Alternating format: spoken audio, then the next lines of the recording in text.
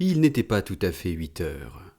Instant de fraîcheur dans le ciel à peine délivré des ombres nocturnes, minute d'hésitation où la balance ne semblait pas avoir de raison pour pencher d'un côté plutôt que de l'autre. Il semblait que cette nouvelle journée qui s'avançait, encore embarrassée dans les derniers liens du rêve, n'allait être et ne pouvait être que le fruit de la volonté des hommes. Si ce jour naissait, c'était qu'ils y consentaient. Mais, encore une fois, peut-être eussent-ils pu vouloir l'inverse. Chacun était libre en apparence de mettre ou non le doigt dans l'engrenage, et à voir la mine des gens qui circulaient dans les rues, on aurait pu croire que chacun n'était préoccupé que de ce problème.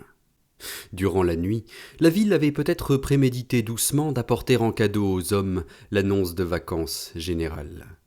Ou peut-être c'était eux qui, dans le fond de leur rêve de cloporte, y avaient pensé, et qui s'en souvenaient encore, tout en fumant leur première cigarette, et en se hâtant vers le bureau ou l'atelier, d'autres vers la caserne, et de la caserne vers la mort. C'était comme un secret qu'ils auraient tous eu en commun, mais auquel personne n'aurait cru, qui semblait les porter en cet instant bref et cardinal, et donnait même aux plus écrasés d'entre eux quelque chose dans la démarche qui ressemblait à de la joie. Des volets claquaient au mur, les lourds rideaux de fer devant les boutiques se levaient en grondant au bout d'une perche. Une voiture roulait, une brouette, le timbre d'un vélo résonnait dans la rue vide comme sous une cloche. Tous ces bruits n'étaient pas encore très convaincants. Apparence, manière de prolonger encore le doute avant la grande joie promise et due. Dans le ciel plein d'embrun la veille et tout à l'heure encore plein de nuit, les prairies de la terre jetaient leur reflet fraternel, celui des fleurs, des eaux, du silence. Il y avait encore à l'ouest comme de gros œillets rouges ou des roses que le vent entraînait vers des abîmes de neige. Ce joyeux chaos où tout semblait en fuite, où rien ne pesait plus, où tout respirait pour un instant encore l'allégresse, s'ordonna soudain sévèrement. Monsieur le maire venait d'apparaître. La roue du monde retrouvait son moyeu, elle allait donc pouvoir tourner. À peine monsieur le maire eut-il fait quelques pas dans les rues, de sa démarche sautillante et comme prêt à tout bousculer de son gros ventre, à peine eut-il distribué 2 ou 3 mots, et il se mettait en route pour se rendre chez Babineau, qui dormait encore, que d'autres familiers surgirent comme des loustiques qui n'auraient attendu que ce signal. Glâtres, emmitouflés, les yeux encore bouffis de sommeil, pas lavés, pas rasés, sales, en retard, avec des collections de retenue plein les poches. Il était de mauvaise humeur, comme toujours au lendemain d'une partie fine. Gare. De loin, Moka le suivait, tantôt marchant, tantôt courant, l'air d'aller à cloche-pied, et poussant des « ouh » que l'autre n'entendait pas, ou feignait de ne pas entendre. Tous les 10 mètres, Moka s'arrêtait pour remonter son fixe chaussette et repartait de plus belle. Pauvre Moka, il avait une mine de déterré. Par quel tourment n'était-il point passé encore depuis qu'il avait quitté Cripure ? Il ne tenait debout que par miracle, et plus que jamais il était comique dans l'étonnant costume qu'il avait troqué en hâte contre son smoking, décidément perdu et bon tout juste à vendre au fripier. Rentré chez lui et dormant tout debout, il s'était dévêtu et rhabillé comme en rêve, et le résultat était surprenant. En ce jour d'hiver, il était coiffé d'un canotier qui chancelait sur sa tête pointue, ses longues jambes se perdaient dans une espèce de culotte de golf, et sur ses maigres épaules il avait jeté un vieux veston d'appartement tout déchiré. Tant était grande sa fatigue, et profond son désarroi. Pas de cravate, à peine un col. C'est que, tout en s'habillant, il avait pensé à autre chose, à courir à l'église, à s'agenouiller devant l'autel, à prier de tout son cœur, de toute sa tête, de tous ses poings fermés pour son vieux maître. Il y était allé. Mais là, un fait nouveau s'était produit. Dieu lui avait parlé, il était sûr que c'était lui, et rappelait cette scène étrange où Cripure avait proféré contre Forel de si injustes et sanglantes menaces. D'un bond, Moka avait quitté l'église, bousculant au passage une chaise, et tout haletant, tout pantelant, de la crainte d'arriver trop tard. Comment avait-il pu oublier ? Certes, dans l'instant même où Cripure avait parlé de descendre Forel, considéré comme le traître en chef, Moka n'avait pas cru qu'il le ferait, et même il le lui avait dit. Mais alors, c'était la nuit, c'était le trouble, il s'était trompé, sans doute, et en tout cas... Oui, c'était bien possible qu'il le fît. Comment avait-il pu laisser à Cripure tout le loisir de surprendre Forel dans son sommeil ? D'une seule course, il s'était rendu chez le député, et là il avait appris que Forel venait précisément de sortir en voiture avec Corbin. Soulagé, Moka s'était remis en route vers le lycée, toujours courant, toujours remontant le fixe chaussette. Et maintenant, Glâtre venait d'apparaître à l'horizon, et Moka poussait des « ouh », mais en vain. La maudite petite bossue était elle aussi déjà dehors, avec son chien. Moka la croisa, lui fit « pourquoi ?» un signe. Elle ne répondit pas, passa auprès de lui en fredonnant. L'amour est enfant de bohème qui n'a jamais connu de loi, et disparut au coin de la rue. Messieurs les professeurs montaient vers le lycée avec sous le coude leurs précieuses serviettes bourrées de déclinaisons et encore un peu de leur déjeuner dans leur barbe. Le petit vieillard ne portait plus de sabre, mais il souriait quand même. L'horlogerie marchait à ravir. Personne ne manquait, pas même le détachement des prisonniers allemands qui se rendaient au travail en bottant lourdement le pavé, ni la clique militaire qui s'en allait répéter ses marches à côté de chez Cripure. Tout se passait comme tout s'était passé la veille et se passerait le lendemain. Sur la place, devant le lycée, les potaches avaient engagé une partie de football et le ballon volait à droite, à gauche, montait en chandelle à grands coups de bottes et de cris, tandis qu'à côté, une compagnie de recrues tourniquait, tournicotait et pivotait sous les ordres vociférés d'un petit sous-off. « 1, 2, demi-tour, droite, section, halte !» L'air matinal retentissait de tous ces cris, du patouillement des godillots dans la boue, des flaques du ballon retombant dans les mares, des engueulades pour savoir d'une part s'il fallait ou non shooter en corner, et d'autre part si ces fils de putain allaient bientôt apprendre à marcher au pas, et non comme une bande de cochons.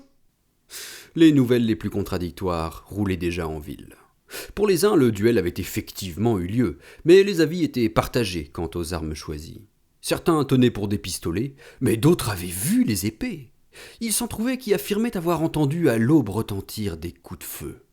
On connaissait le lieu de la rencontre. Ceux qui croyaient que Cripure et Nabucet s'étaient battus dans la clairière d'un bois n'étaient que des menteurs. Ce n'était pas dans un bois que la rencontre s'était produite, mais au bord de la mer. Cripure l'avait voulu ainsi.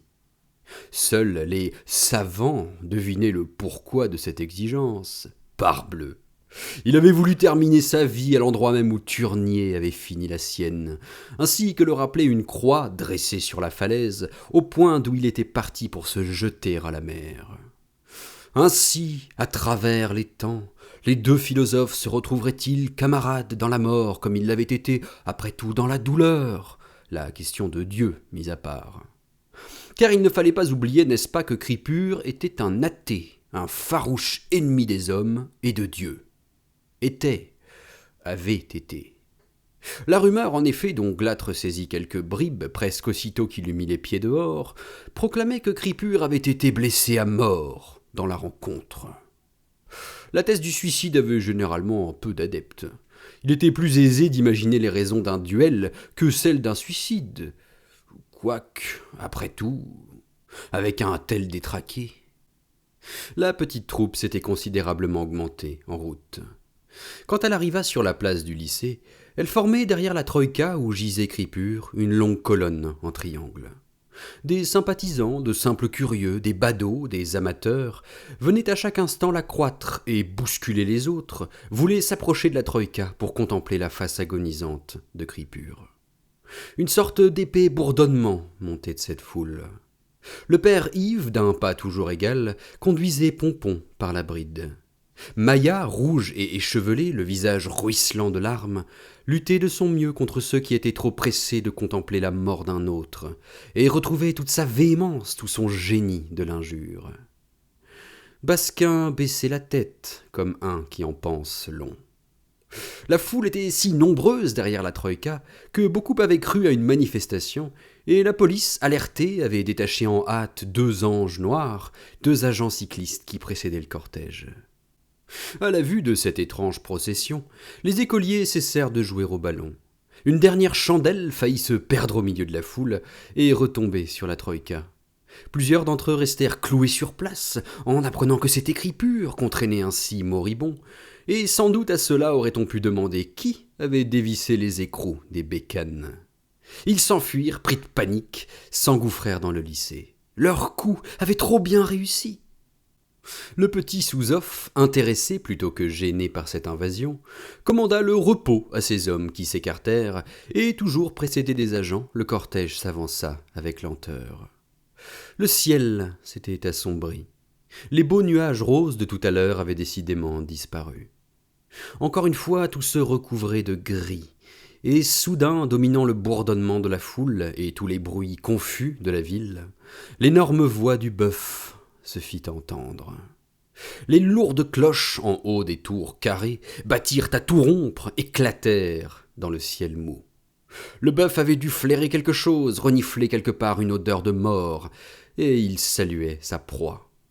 Le cortège avançait comme une procession, pas à pas, enveloppé dans ce son de cloche grave et noir comme un châtiment, auquel tout à coup vint se mêler celui, aigu et précipité, de la cloche que tirait Noël. C'était l'heure de rentrer en classe et d'annonner. Monsieur Boursier apparut devant les grilles du lycée et s'avança comme tous les matins pour faire la chasse aux retardataires. Mais que se passait-il ? Qu'est-ce que c'était que cette troupe qui semblait se diriger vers le lycée ?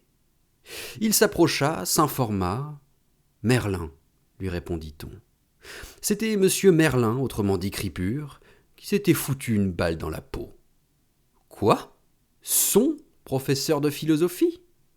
Il se haussa sur la pointe des pieds, chercha par-dessus les dos et les têtes, à voir si c'était bien Merlin, dit Cripure, qu'on voiturait d'aussi étrange manière. Tout ce qu'il vit, ce fut un peu de la peau de bique. Le doute n'était plus possible. Et toute la ville aux trousses d'un professeur suicidé, et dans quelles conditions ?